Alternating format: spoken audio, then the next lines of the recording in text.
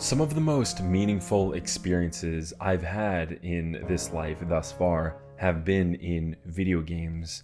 To many people, they would see that as something that's incredibly sad, fake, not really something that you would want to admit or speak about. But I don't want to speak about escapism here and how video games could be used as a form of escapism.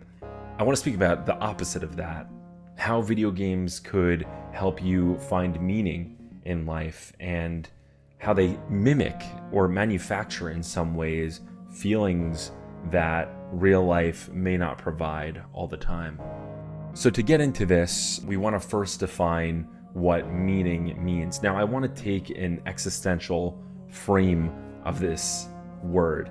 So meaning is not something that is given, right? Rather, it's found. It's not something that can be prescribed. It's not a reward. It's more of something you create by engaging in the world authentically and finding it for yourself. It's incredibly open-ended and it can mean many things to many people, but by choosing and taking responsibility, you could find this meaning for yourself. Now, two philosophers that I would call on for this discussion would be Viktor Frankl and Albert Camus. Now, Frankl's understanding of meaning is that it's found in suffering, responsibility, and commitment. By taking this on, this responsibility, by committing to a thing, by being immersed in something, by suffering through it and enduring it, you are able to get meaning from it. Camus is a bit different in that he speaks a lot about absurdity and that it's not an obstacle, it's more of a starting point. Seeing how things are absurd is a starting point for being able to get meaning from the universe. So what am I going on about? What does this matter in the digital age? How does it relate? So in this world, we're passively consuming things consistently, right? Meaning is not something that is spoken about, but in video games, they paradoxically do demand a lot of action from the user, right? And in that world, you're taking on choice, responsibility, death in the game you're facing, and failure at many times. So all this to say, how do these things relate to video games completely? Well, within a video game, you're taking on full agency and full responsibility for your character. In an MMO, this means creating a character in your image, building that character in a certain way, exploring the world with them, understanding more about the character and letting it unfold as you explore and as you gain more levels and more power.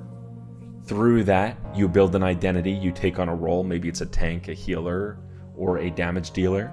Whatever it is, you're building out your identity onto this virtual existence. You're also facing a ton of challenge throughout, depending on the game you're playing.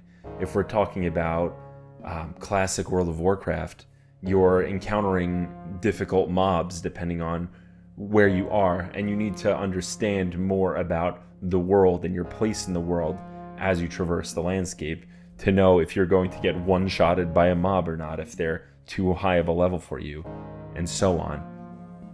You immerse yourself in these spaces, you take responsibility for your characters, you are free to explore the world as you will. There's consequences if you die in the world, right? You might lose some armor durability, or even worse, you might lose some items. There are countless examples of video games like Dark Souls and Elden Ring providing these incredible challenges that users come to enjoy. Gamers find themselves immersed in these worlds even though they're challenging. They're not a walk in the park. It would be easier if they were sitting there watching TV, but they don't. They decide to face this Elden Ring boss over and over and over again. This only becomes dangerous when it becomes the only thing and starts consuming your life. And you don't see it as a part of your life and a part of meaning. You see it as your whole life. It becomes a trap when you get sucked into the video game and it becomes almost a replacement for your daily obligations, your day-to-day life and things that you have to do, going to work, going to school, whatever it might be. But you have to learn to embrace the parts of life that might not be so clean and so amazing. Video games are curated experiences typically, unless it's a sandbox game where you really have to make your own adventure. Video games are quite clear on what they expect from you. They lay out a set of instructions, parameters, a way to get from the start to the finish. You just need to follow the game's rules and eventually you'll get there. Life is not working that way, unfortunately, not yet.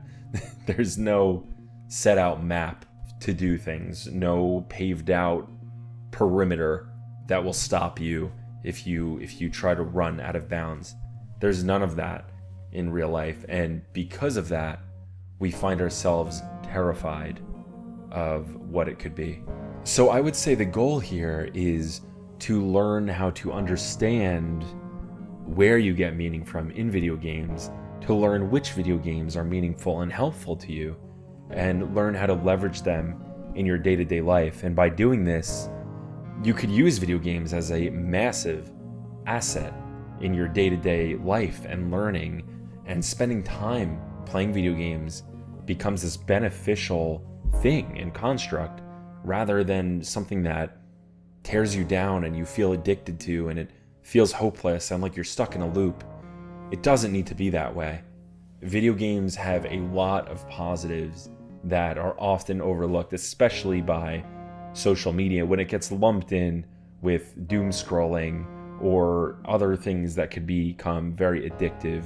Video games, there's another path to walk with them, and that's the path that allows you to realize that they're not the enemy, to understand and have a firm grasp over your time and how you're spending it, and how you can actually have some incredibly valuable new experiences when playing the games.